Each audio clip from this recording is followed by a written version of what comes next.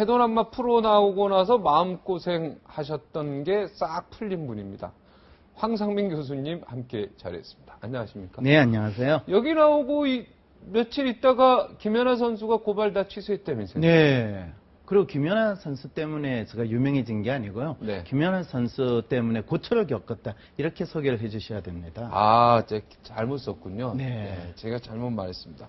김연아 선수 때는 그 이전부터 유명했는데. 아니, 뭐, 그거는 잘 모르겠고요. 네. 제가 사실은 김연아 선수를 공격하려는 것도 아니었고, 네. 우리 사회에서 있는 문제를 지적을 했는데, 네. 그거를 개인적인 공격이라고 받아들이거나 또 김연아 팬들이 그거에 대해서 상당히 발끈했다. 사실 우리 사회가 아주 사소한 걸 가지고 많은 사람들이 열불을 내는 그런 현상을 제가 직접 경험을 했다라는 생각은 듭니다. 네, 이제는 그럼 마음고생이나 고초 겪은 거 다 끝났죠? 뭐 저는 다 잊었죠. 네, 다행입니다. 네. 하여튼 빨리 있는 게 행복하게 사는 방법이죠. 그렇죠. 이 한국 사회 산다는 게 참 마음 편하게 살기 힘들잖아요. 이래저래 뭐 한 대 얻어맞고 속에 엉어리 지고 뭐 이럴 때 빨리 있는 게 참 좋은데 사람이란 그렇게 쉽게 잊기가 힘든 것 같아요. 네, 그래도 잊었죠. 뭐 잊고 싶은 거죠. 네. 대한민국이 진짜 원하는 대통령 2005년도에 집필을 하셨어요. 그렇습니다. 야, 이 책이요. 왜 절판이 되셨습니까, 근데? 기본적으로 안 팔렸다는 거죠. 아, 안 팔린 네. 겁니까? 뭐 어디 뭐 압력이나 뭐 이런 게 아니고. 그거하고 전혀 관계없습니다. 예. 사실은 그 책을 쓰게 된 가장 큰 이유는 대한민국 사람들이 대통령에 대해서 관심이 있을까요? 그러면 대통령에 대해서 관심이 있죠. 그렇습니까? 네. 실제로 그렇다면 사람들이 대통령을 어떤 사람을 뽑을까, 또 어떤 사람을 뽑아야지 이 나라가 잘 될까, 그런 상당히 고민을 하고 선택을 하겠죠, 그죠? 그건 좀 아닌 것 같아요. 관심이 있다며요. 네, 관심은 있는데 그런 노력은 안 하는 것 같아요. 그건 무슨 말이에요? 공부는 열심히 했는데 성적은 나쁘다. 뭐 그거는 완전히 하나만 한 소리죠. 그러니까 그죠? 아니 거꾸로죠. 예. 시험은 잘 보고 싶은데 공부를 안 하는 거죠. 그런 글을 보통 우리는 무슨 심리라고 그럽니까? 네, 이게 이제 못된 심보라고 예, 그럽니까? 못된 심보든지 아니면 도둑놈 심보라든지 이러는데 그럼 대한민국 사람들이 전부 다 도둑놈 심보를 가지고 대통령을 뽑으려고 그러는가? 이런 게 상당히 궁금했어요. 네. 그리고 또 더 재밌는 거는 지금 대통령에 대해서는 어떻게 생각합니까? 상당히 만족하세요? 아니면 조금 마음에 안 드십니까? 네, 저는 진행자니까. 네, 뭐 답변하기 네, 힘드시겠죠. 예, 그런데 힘듭니다. 대부분 한국 사람들한테 지금 대통령에 대해서 어떻게 생각하세요? 그러면 에휴 뭐 이러면서 네. 온갖 육두문자가 나와요. 네. 그런데 문제는 지금 MB 대통령 이야기하는 거 아닙니다. 원래 네. 이 책을 쓸 때는 이전에 노무현 대통령 시절이었어요. 네. 그때는 길가 지나가다가 비만 와도 이게 다 노무현 때문이야. 뭐 네. 이런 상황이었거든요. 기억납니다. 예. 그러면 지금 우리 새롭게 뽑은 MB 대통령에 대해서는 별로 그럼 사람들이 만족하냐. 여전히 MB 대통령에 대해서 상당히 안 좋은 이야기 많이 하거든요. 네. 그럼 노무현 대통령 전에 대통령 누구죠? 노무현 대통령 전에 김대중 대통령. 김대중 대통령일 때는 그럼 우리는 다, 훌륭한 대통령이다. 그렇게 생각을 했을까요? 아니죠. 김대중 대통령 전에 대통령 누구일까요? 노태우 대통령. 노태우 대통령이라고요? 죄송합니다. 얼마나 죄송합니다. 관심이 없었으면 뭐 대통령 순서도 몰라요. 저도 뭐 깜빡깜빡하죠. 아니 예. 그래도 아무나 그렇죠. 박정진 씨 정도라면 네. 그 정도는 확실히 알고 있어야 되는데. 사실은 딴 생각했습니다. 그래, 딴 생각 하실 줄 알았어요. 이런 질문을 받는 것조차도 막 짜증 나거든요. 그러니까 대한민국 사람들은 상당히 대한민국 사람들은 훌륭하고 머리가 좋아요. 네. 그런데 자기들이 대통령을 뽑고 나서 네. 그 대통령에 대해서 만족스러워하는 경우가 우리가 진짜 자유선거를 뭐 박정희 대통령 때는 뭐 독재라니까 또 뭐 심지어 전두환 대통령 때는 뭐 그랬으니까 그렇다 하더라도 그 이후에 노태우 대통령 이후에 지금까지 대통령을 여러 번 뽑았음에도 불구하고 항상 대통령 뽑고 나서 그분에 대해서 만족하고 참 우리는 훌륭한 대통령을 뽑았다. 야, 저분이 대통령 끝나서 우리 너무 아쉽다. 이렇게 생각하는 적이 한 번도 없었어요. 이 말이 되는 일이에요? 어떻게 생각하세요?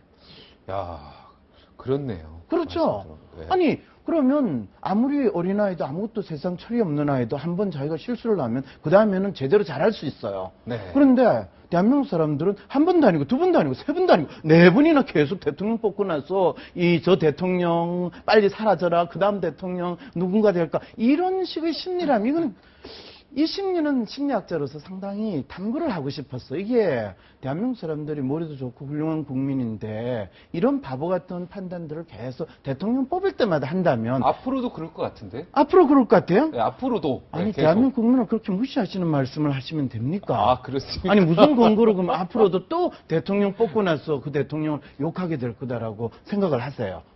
그냥 지금까지의 반복된 과거의 행태와 이런 걸 보면. 그렇죠. 그런데 현명한 국민이라면 과거의 잘못을부터 충분히 반성을 하거나 또는 제대로 파악을 해가지고 제대로 된 대통령을 뽑아야 돼요.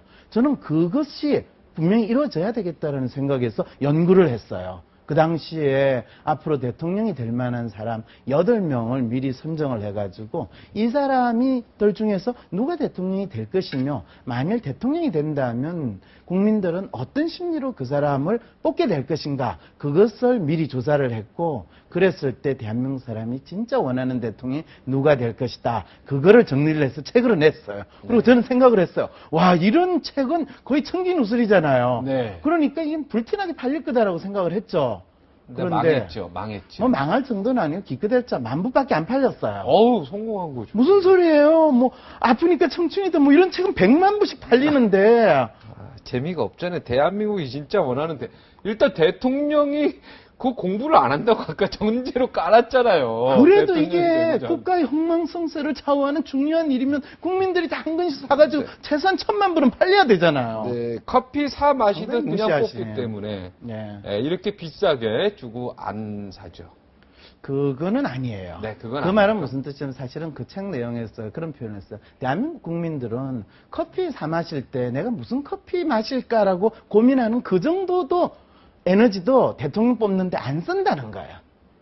보통 커피점에 가면 무슨 커피 드시겠어요 하면 약간 고민하잖아요. 네. 아, 뭘 할까? 그러다가 뭐라고 보통 정하세요? 그냥 아메리카. 그렇죠. 이것저것 생각해보니까 귀찮거든요. 네. 그러면 그냥 많이 들어봤던 거 아메리카 이러는 거예요. 네. 그래놓고 받아놓고 내가 이걸 왜 시켰지. 네. 그러면서 아, 이 맛이 아닌데 이제 이런 상황이 되는 거죠.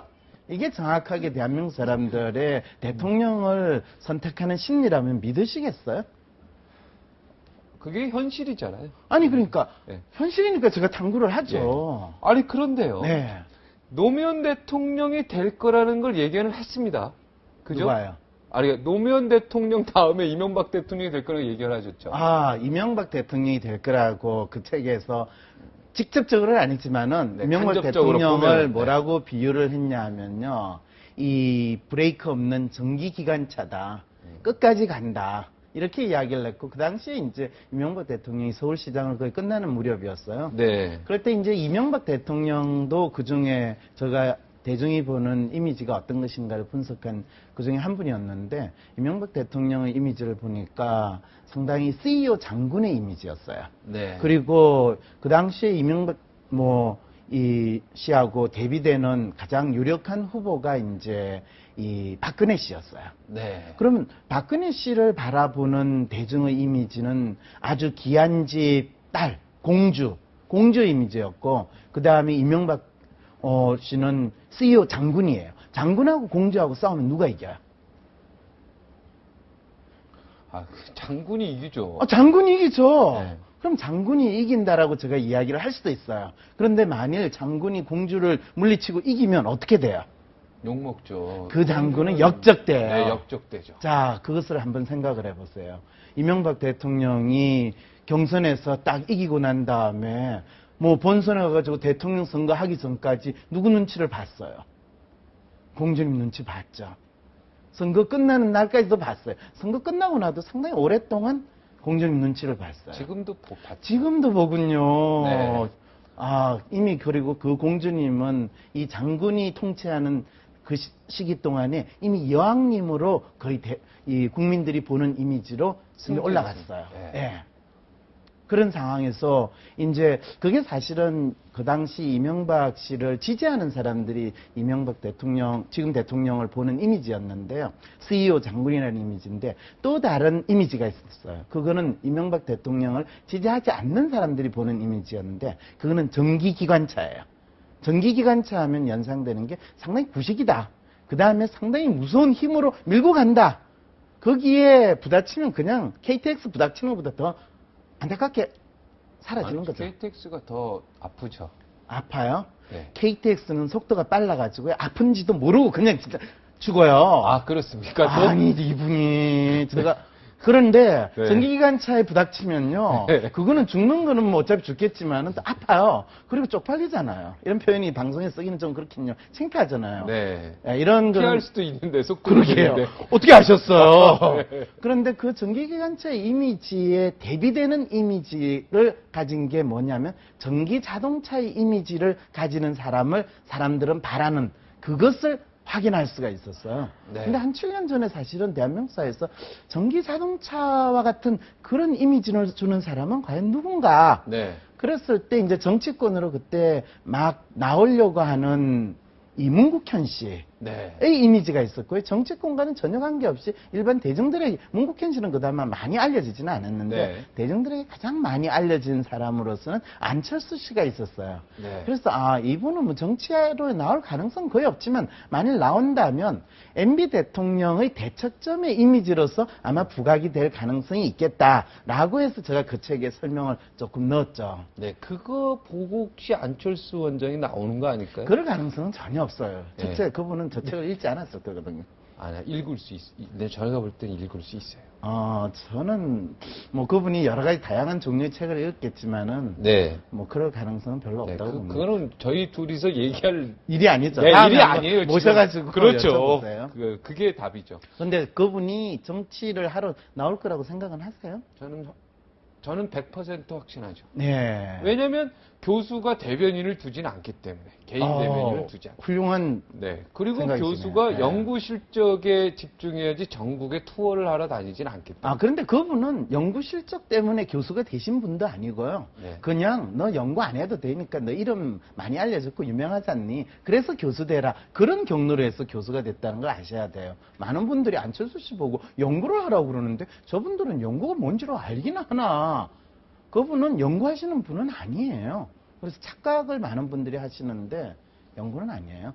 자, 그런 측면에서 보신다면 대변인을 뒀다라는 거는 이제 그분이 상당히 대중적인 관심을 많이 받고 있고 또 그 관심이 정치 영역으로까지 옮겨갈 수 있는 가능성은 있지 않느냐 하면 그거는 사실인데 저는 심리적으로 봤을 때 아직까지 그분이 정치에 나와야 될 정도의 절박함이 있느냐의 부분에서는 아직 약간 의문입니다. 네. 세모. 네. 지금 세모군요. 그러니까 그게 언제 정도까지 시간이 더 필요하냐 하면, 어쩌면 국민들의 마음속에 현재 이 여당의 대표라고 할 수 있는 사람이, 저거는 진짜 아닌 것 같은데, 뭔가 우리에게 있어서 변화라는 것이 진짜 필요하고 이 상황으로 그러면 MB 정권 5년 되던 걸 더 5년을 더 가야 되냐?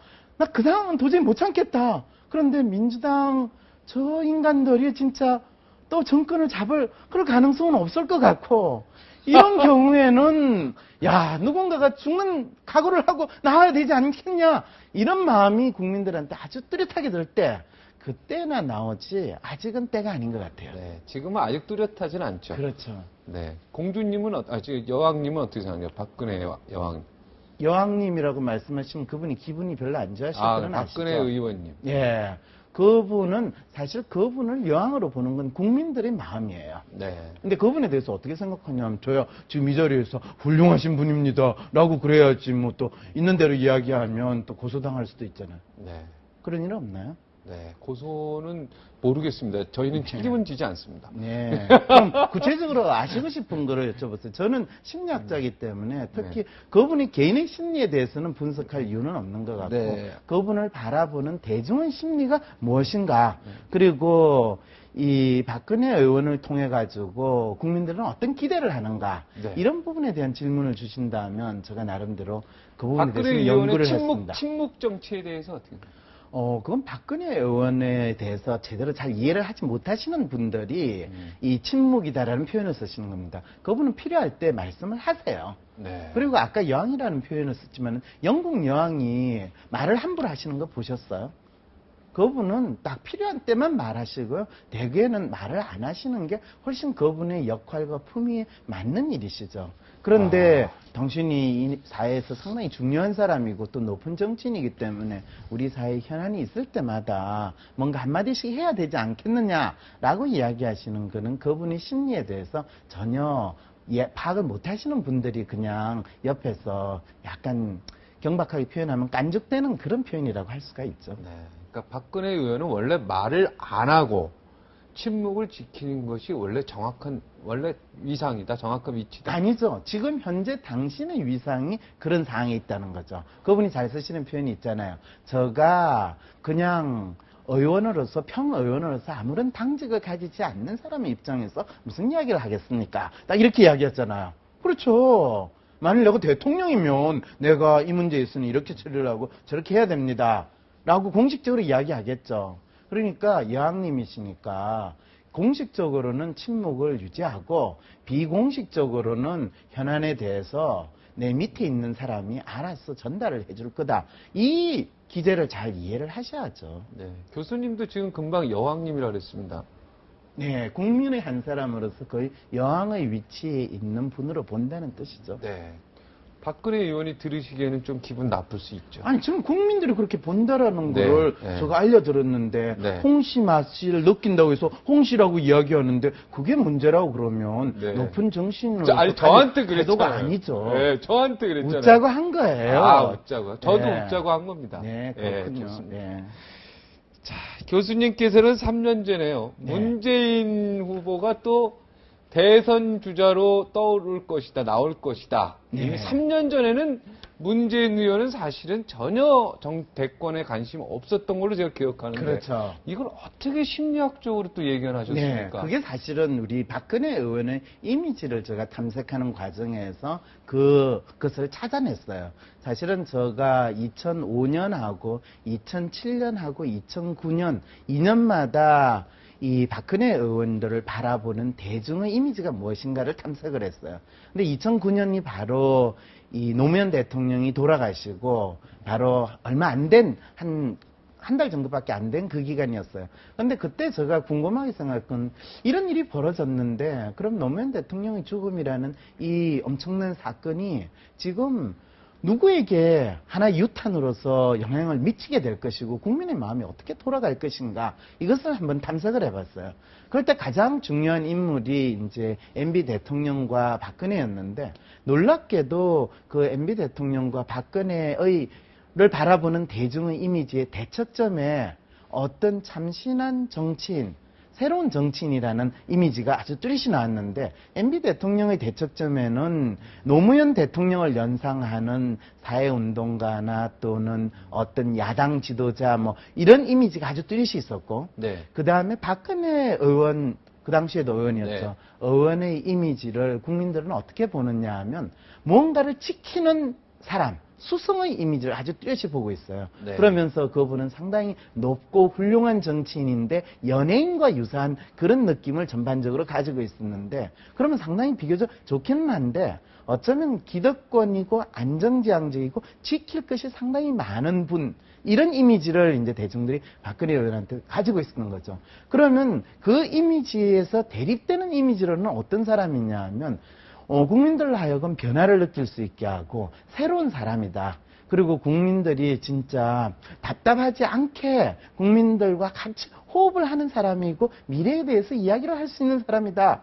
뭐 이런 이미지가 나오는데 기존의 정치인들 중에서 이런 사람들이 있습니까? 라고 사람들한테 이제 탐문 조사를 하는 식으로 쭉 해봐요. 네. 그러면 대부분의 사람들은 이런 사람이 있겠어요? 그러다가 그런 분이 있었는데 돌아가셨어요. 뭐 이러면서 이제 노무현 대통령 언급을 하기도 해요. 네. 그런데 만일 혹시 있다면 누구를 연상을 할 수 있겠습니까? 라고 사람들의 마음을 막 파헤치는 과정에서 어떤 반응들이 나오냐면 지금은 정치를 하지 않는다고 그러지만은 혹시 이 사람이 정치를 하겠다고 나서면 네. 바로 그런 이미지가 바로 그 사람 거 아니겠느냐. 그것이 바로 문재인 씨라는 사람의 이름이 나오기 시작하는 거예요. 그렇다면 앞으로 박근혜 씨가 상당히 뚜렷하게 부각이 되면 그 대척점으로서 사람들은 문재인 씨가 박근혜 씨와 어쩌면 대립되는 하나의 인물로서 연상을 하고 그 사람이 또 다른 뭐 지도자가 될 수 있겠다고 기대를 하겠구나. 이렇게 이제 해석을 하게 되는 거죠. 노무현 대통령이 대통령의 영웅 신화를 과감하게 던져버렸다. 네. 어쩌면 이제 권위를 과감히 던져버렸다. 그렇죠. 이렇게 해석하면 되겠고. 그러나 애인에게 과감하게 맨 얼굴을 드러낸 아가씨의 용기. 과연 이게 그리 좋은 결과를 얻지 못했다, 결과적으로. 네. 이런 얘기를 하셨어요. 제가 그 책에 그렇게 썼죠. 네. 사실은 그걸 쓰면서 노무현 대통령이 국민들에게 있어서 왜 권위를 벗던지고 대통령이라는 사람이 일반 국민들과 유사한 심리 상태에서 행동을 할 수 있고 또 그렇게 공감할 수 있는 사람이다라는 모습이 대한민국 국민들에게 긍정적으로 받아들이지 않고 대개는 왜 저게 무슨 대통령이냐, 대통령으로서의 품위를 지키라, 이런 반응들이 많이 나오게 됐을까? 그것이 바로 대통령에 대한 대한민국 사람들의 심리를 가장 잘 나타내주는 거다. 대한민국 사람들은 대통령을 뽑는 것이 아니라 영웅의 신화를 생각하고 어떤 영웅과 같은 사람이 나타나서 자기의 문제를 해결해 주기를 기대하는 마음으로 대통령을 뽑는다. 그리고 정작 그런 마음으로 대통령을 뽑고 나면 뽑은 대통령이 영웅인가요? 우리가 가지고 있는 모든 문제를 다 순식간에 해결해 줄 수 있는 영웅이 결코 될 수 없어요. 그렇게 되면 그 다음부터는 영웅인 척하다가 죽일 놈이 되는 게 대통령이 될 운명이다라고 이야기할 수밖에 없고, 그렇기 때문에 우리는 과거에 뽑았던 대통령을 다 결국에는 상당히 나쁘게 기억하게 만드는 그런 결과를 초래하게 됐다는 거죠. 네. 김두관 지사는 요즘에 조금 뜨고 있는데요. 서서히 뜨고 있는데 이분은 어떻습니까? 심리학적으로. 심리학적으로 이야기하면 그분이 뜨고 있다라고 표현하는 건 적절하지 않고요. 네. 그분이 떴으면 좋겠다고 띄우려고 여러분들이 노력을 하고 있다라고 표현하는 게 정확한 거죠. 네. 그거를 정확하게 떴으면 얘기해야 좋겠다. 됩니다. 왜 이런 떴으면 좋겠다라는 생각? 왜 김두관 지사가 어떤 이미지? 왜냐하면 지금 영웅으로서 일단 전면에 나온 뭐 박근혜 씨나 또는 문재인 씨나 뭐 손학규 씨나 뭐 또 여러분들 있잖아요. 내가 영웅이다라고 나오시는 분들이 사실은 별로 그렇게 사람들의 대중들의 마음을 지금 못 잡고 있거든요. 그러니까 또 괜찮아 보일 만한 영웅을 띄우자라는 입장에서 이제 그분의 영웅 신화를 이제 만들어가지고 연기를 막 피우는 거죠. 근데 안타깝게도 그분은 이 지금 대한민국 사람들이 바라는 영웅 신화의 틀에 잘 안 맞아요. 그분이 한 60년대나 70년대 대한민국이 농경시대였으면 상당히 멋있는 영웅의 틀에 맞을 수가 있어요. 농경사회였으면 예. 김두관 지사가 영웅에 딱 맞는데. 그렇죠. 아유, 김두관 씨 지금 이거 방송 보면 되게 서운해할 것 같은데. 괜찮아요. 그분은 서운하더라도 당신의 존재 이유에 대해서 정확히 아셨잖아요. 농경사회. 그렇죠. 농경시대를 지향하시는 분한테는 그치. 훌륭한데 이분이 네. 그러면 농경시대를 벗어나가지고 정부와 사회에 또는 새로운 미래를 설정하는 이미지를 자꾸 만드시면 되죠. 아직 젊으신 분인데 할 일이 많으신데 뭐 굳이 실망을 하세요. 아니, 뭐 제가 실망하는 거 아니라 그 김 지사님이 실망하는 소리가 여기 들려요. 네, 상당히 오지랖이 진짜. 넓으시네요. 네. 그런 분까지 걱정을 해주세요. 아, 그렇습니다. 네, 죄송합니다. 걱정하지 마세요. 괜찮아요. 네, 알겠습니다. 지금 뭐 질문할 게 너무 많은데요. 네.